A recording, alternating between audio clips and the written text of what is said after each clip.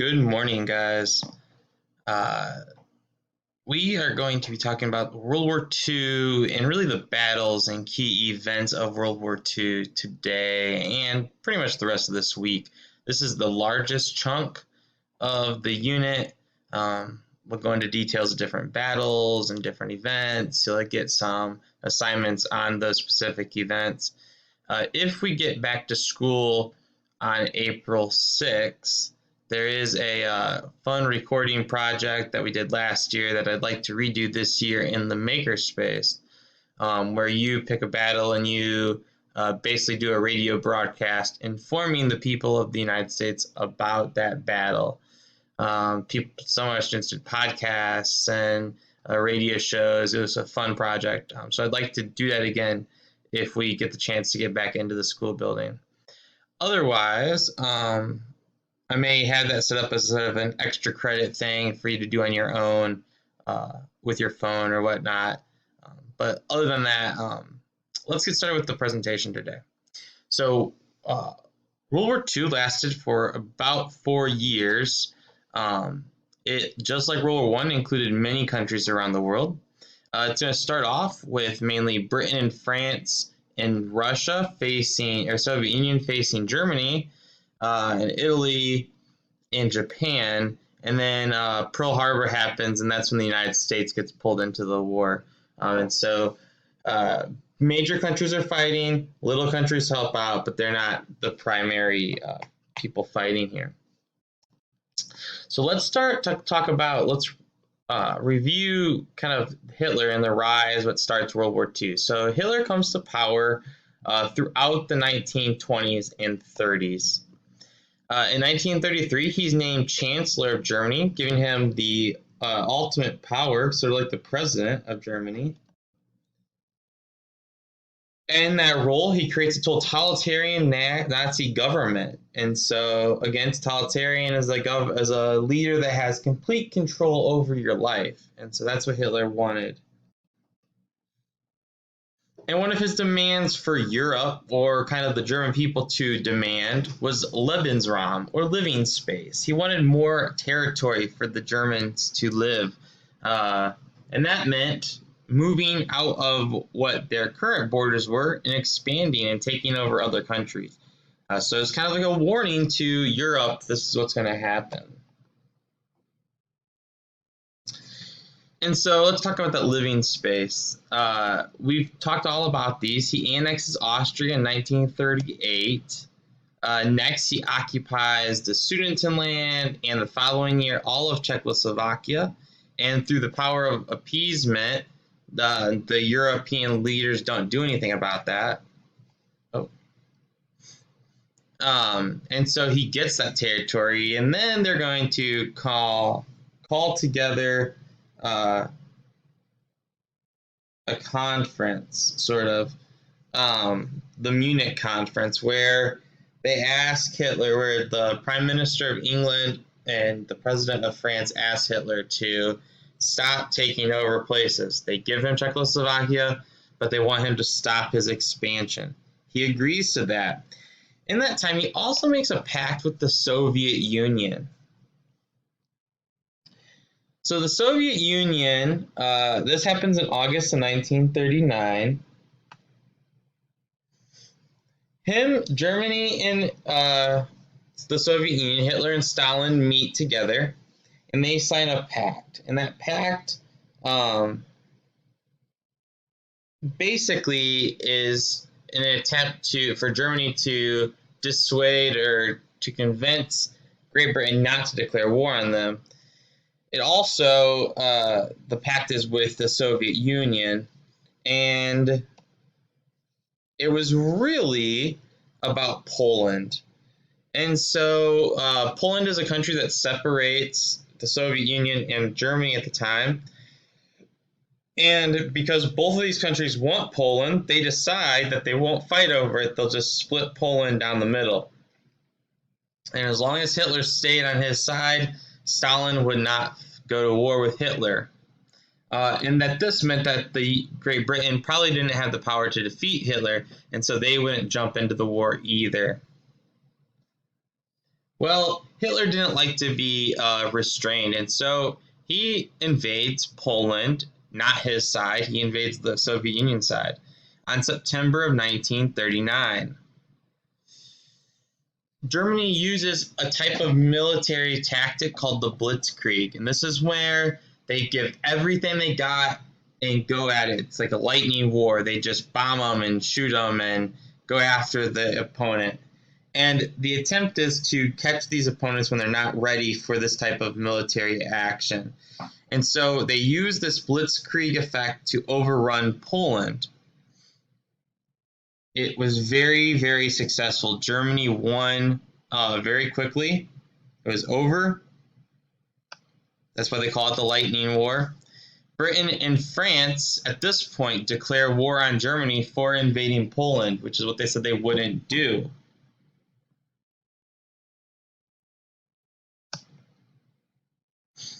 All right, so Britain and France are at war.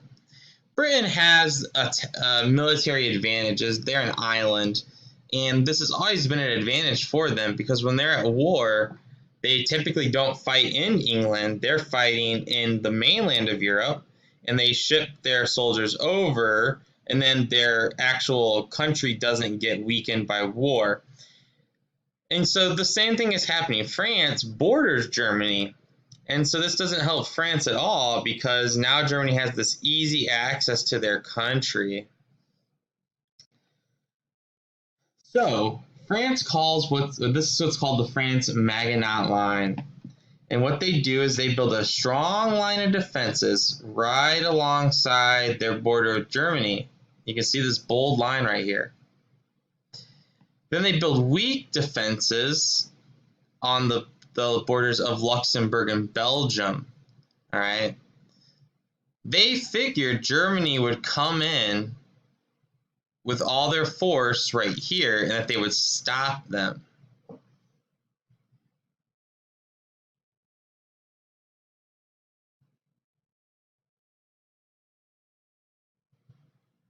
And it did.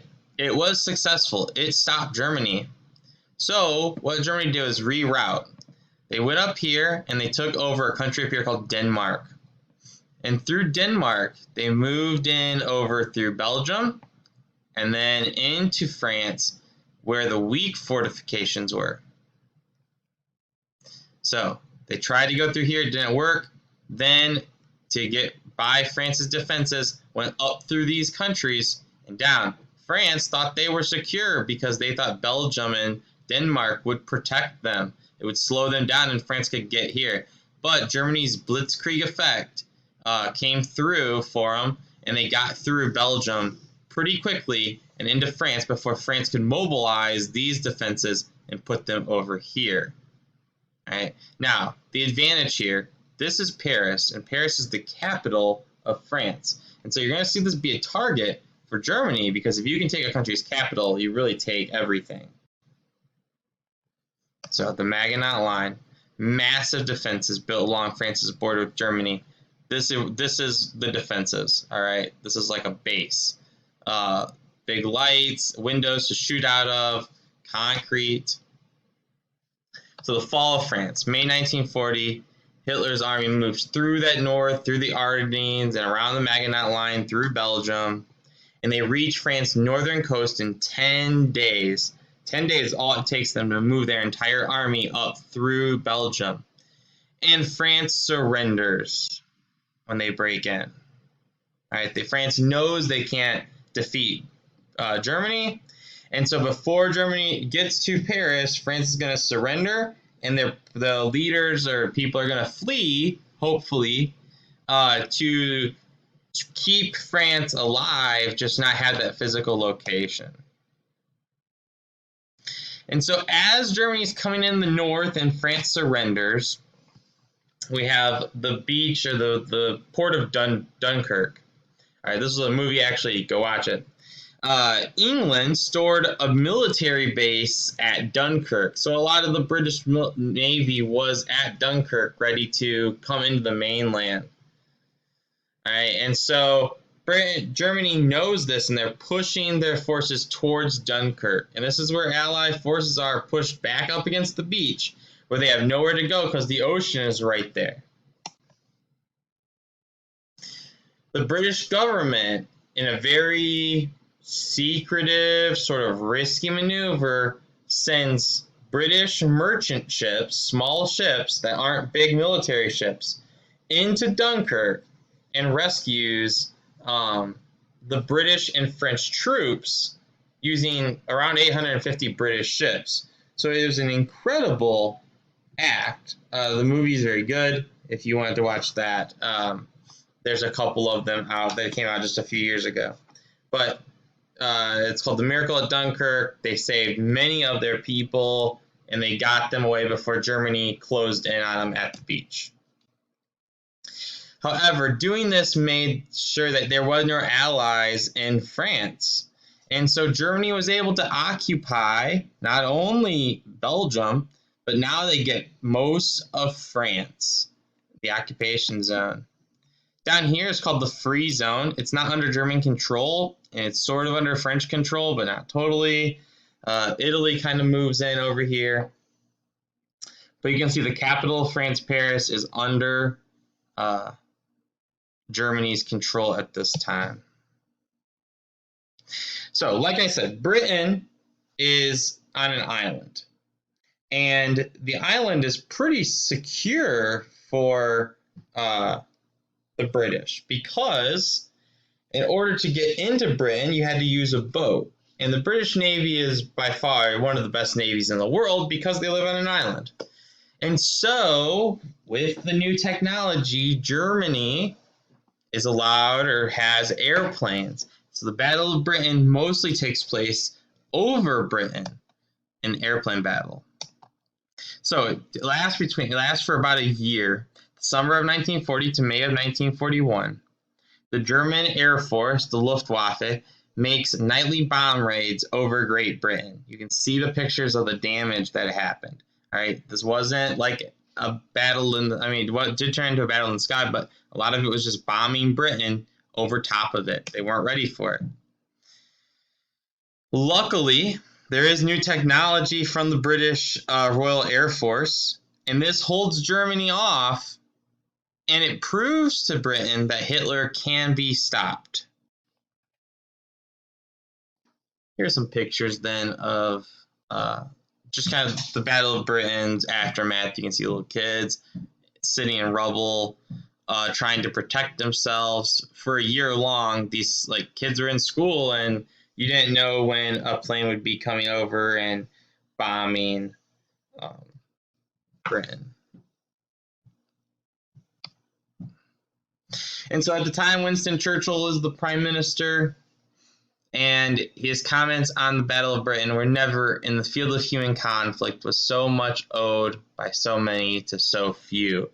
This was not a battle that fought British soldiers. This was a battle, or this was an attack on the British people, the citizens, the kids, not the British military. And so if anything else didn't make Hitler a bad guy, this really did, because now you're attacking the people, not the soldiers that are fighting you. So jumping over to Soviet Union, we have the Operation Barbarossa. This happens in June 1941. Germany breaks that non-aggression pact they have with the Soviet Union, and they try to invade the Soviet Union. The Soviet Union uses scorched earth policy, and they hold back Germany at Leningrad. Scorched earth is basically they burn everything they walk through. They're burning their own stuff. That way the Germans don't have the supplies to get to Moscow, which was the capital. So this holds them back for a while. Eventually, Germany does move to Moscow, and then they move to Stalingrad. So the Soviet Union just couldn't hold Germany off. And so the Battle of Stalingrad happens between August 1942, February of 1943. The Germans wanted to seize oil fields and capture Stalingrad.